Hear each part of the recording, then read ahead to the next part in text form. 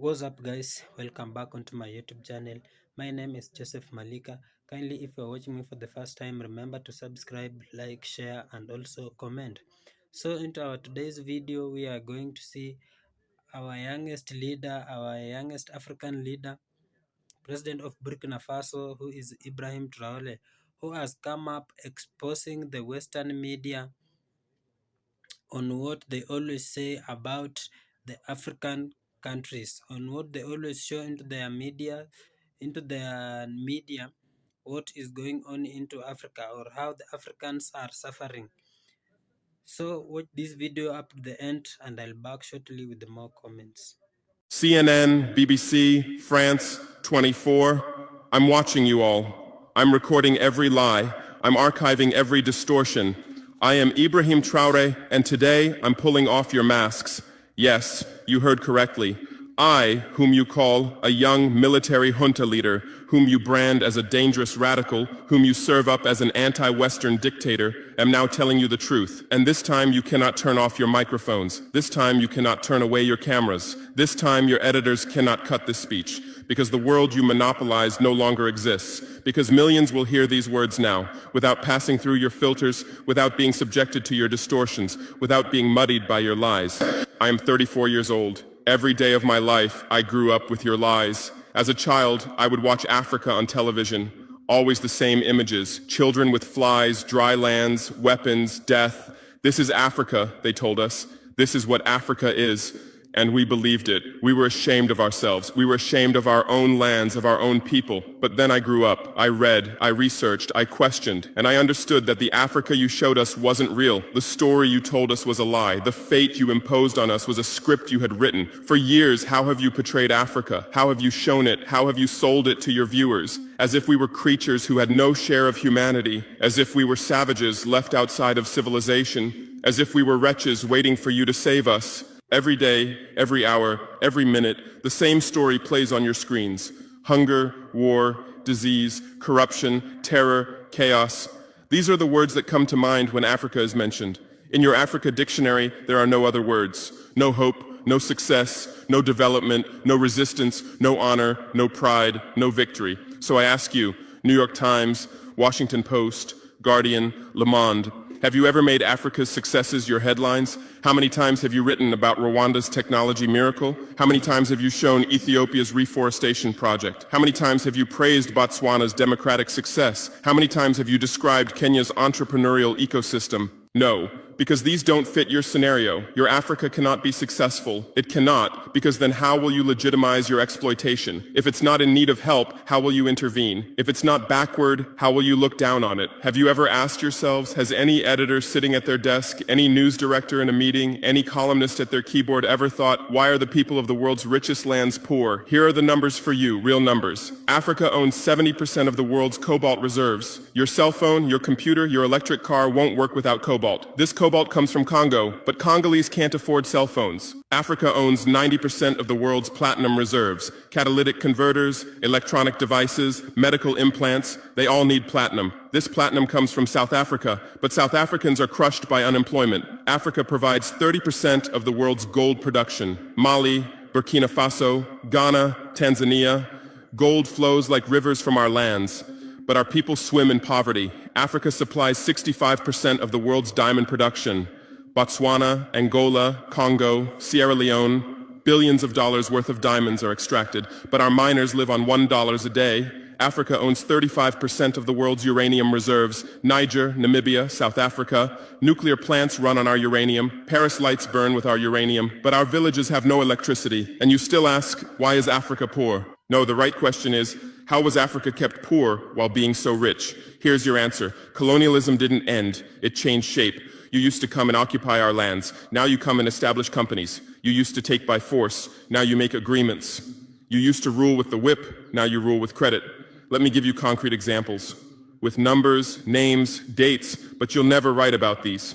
Glencore, Swiss-based mining giant, extracting cobalt in Congo. 2022 revenue, $256 billion, a tax paid to Congo, $500 million, that's 0.2%. Is this justice? Rio Tinto, British-Australian mining giant, extracting bauxite in Guinea, 20 million tons annually, What's left for Guinea? Environmental pollution and cancer. Total, now Total Energies, French oil giant, extracting oil in Angola, Nigeria, Congo. 2022, profit $36 billion investment in Africa, dirty pipelines, Anglo-American, founded in South Africa but now in London. Diamonds, platinum, iron, taking everything. What it left in South Africa? 6 million unemployed miners. And these are just the tip of the iceberg. What about the invisible, the secret deals, the offshore accounts, the transfer pricing tricks? Every year, $88 billion in illegal money flows out of Africa. Who writes about this? Every year, $45 billion in aid comes to Africa. Everyone writes about this, but no one says Africa is not the continent receiving aid, it's the continent giving aid. While you zoom your cameras on swollen bellies, there is a huge system working silently in the background. Every day, tons of gold, diamonds, cobalt, uranium, oil leave our land. But how? Here is the system. Step 1, create corruption, bribe our leaders, open offshore accounts, promise them a life of luxury, send their children to your schools. Step 2, make deals, get 50-year, 99-year concessions, ask for tax exemptions, be exempt from environmental rules, ignore labor rights. Step 3, control the infrastructure. Take over ports, airports, railways, but only from the mine to the harbor. Don't build roads to the villages. Don't bring electricity to schools. Step 4, provide security. Set up private security companies. Arm them. Declare protesting. Step 5, silence the media. Buy local journalists. Suppress opposing voices. Serve internal unrest news to international media. And this is how the system works. It's been working like this for 100 years, and you don't see this system. You don't want to see it, because you're part of the system too. Who are the biggest advertisers of New York Times, CNN, BBC, oil companies, mining companies, arms companies, pharmaceutical cartels, the companies that exploit Africa? You live on their money, you defend their interests, and what I'm about to tell you might cost me my life, but it's no longer time to be silent. France's system in Africa is the CFA franc. 14 African countries still use French colonial currency. 50% of these countries' central bank reserves sit in the French treasury. France applies negative interest to this money, so we pay France to use our own money.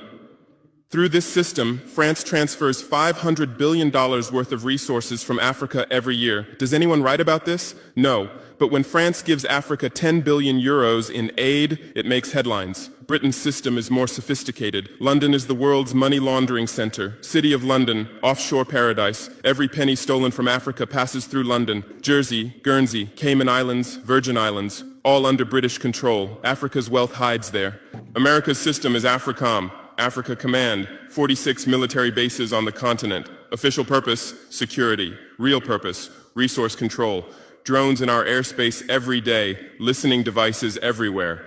They say fighting terrorism, but it's not terrorists. It's people's leaders who are targeted. China is the new player, says win-win, builds infrastructure, gives credit, but in exchange for what? 99-year port concessions, mining rights, agricultural lands, debt-trap diplomacy, ask Sri Lanka, ask Zambia, and you write about none of this. Why? Because you're not free press. You're corporate press. Your bosses are billionaires. Jeff Bezos bought Washington Post. Why? For love of journalism? Rupert Murdoch's media empire, Fox News, Wall Street Journal, The Sun, The Times, all from the same hand, all giving the same message. West is good, others are bad. Carlos Slim is the largest shareholder of New York Times, Mexican billionaire. Where's his wealth from? Monopolized telecommunications, got rich off Latin America's back, now controls America's most respected newspaper. And you claim to do independent journalism? Who are your editors? Which schools did they graduate from? Harvard, Yale, Oxford, Cambridge? Always the same elite schools, always the same worldview, always the same prejudices. How are your reporters selected? How many languages does your Africa correspondent speak? French, English, that's all. Swahili, Hausa, Yoruba, Amharic, they don't know. They can't talk to the people. Your sources are always the same. Western diplomats, NGOs, experts, and then you come and lecture us. So guys, I think you have watched that short video from Ibrahim Traore, who has come up exposing the Western media on what they are telling about the African continent. The Western medias have always been exposing African countries on the things that are not existing or on problems that are going through, whereas the problems that the Africans are going through, they were brought by the Western people. But the Western media is always on spot on showing or giving the news lines on what the African countries are always going through. You have heard from Ibrahim Traore that the Western medias are always showing pictures onto their news gangs that Africans are very much suffering. You can see some are dying because of hunger, some are suffering because of lack of infrastructure, some are suffering because of lack of, let me just say, initial goods for a human to survive. You have heard him also saying that so many African resources, or Africa is a land of resources whereby Western countries are coming into Africa to have mines or to take African resources so that they can go and benefit their countries. You have seen him naming so many resources, like you heard him saying, like copper, we have diamond, we have bronze, whereby the African countries are suffering because of the Western countries who come up, do minings, and leave the mining sites empty with no beneficial to the African people. You have also heard him saying that African is has been exposed by the Western media, saying that Africans are very low into in infrastructure, education system, even the government system is very low. But these things, I think, were caused during the colonial period, because you can see when we were being colonized, the Western countries people or the colonizers came up with their own government system, whereby it has remained into some of the African countries. And Ibrahim Traore has come up to rebel them, telling the African leaders that we must uproot all the colonial government, the colonial system of government, and form our own system of government. You have heard him saying that Africans or the Western countries say African leaders are very corrupt. And that is not true, because why are they said they are corrupt? You can see when the Western people come to do business with African leaders, they are giving them very low profits, whereby the African leaders cannot manage them. And that's why they are called puppet, they are becoming corrupt, being called they are corrupt by their own people, because the resources are being taken and we are remaining with very low profits, whereby the African leaders cannot manage the wages to be used with the African countries. You have heard Ibrahim Traore saying that he is coming up, or he has been raised, or since he was raised, since he was young, he have been seeing how the Western countries have been doing to the African countries. And the idea of him coming up, calling up African leaders to come up together and unite and fight the colonial system of government is because he wants good thing for Africans. You have seen him saying that so many Africans are working under the under high under high restrictions, whereby they are being paid very low wages. They are being overworked, but they are being paid very low wages that they cannot run their families. So we have remained poor. When you come to education, you have seen only the rich children go to better schools, receives better education. But what of the other African people who are not able to get the good education system? They are remaining into their homes lacking education, and that one is making them lose so many things, because once you are not educated, you lose so many things. You cannot gain anything. But Ibrahim Traore, as an African leader, has come up calling all African leaders to come up and unite, help the youth, empower all the youths, empower the African people so that they can get better education, so that they can have foods on their tables.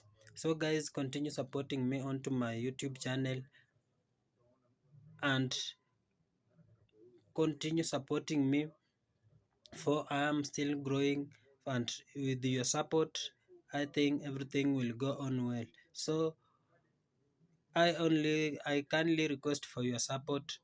Please support me and I'll be glad for that. See you on to my next video.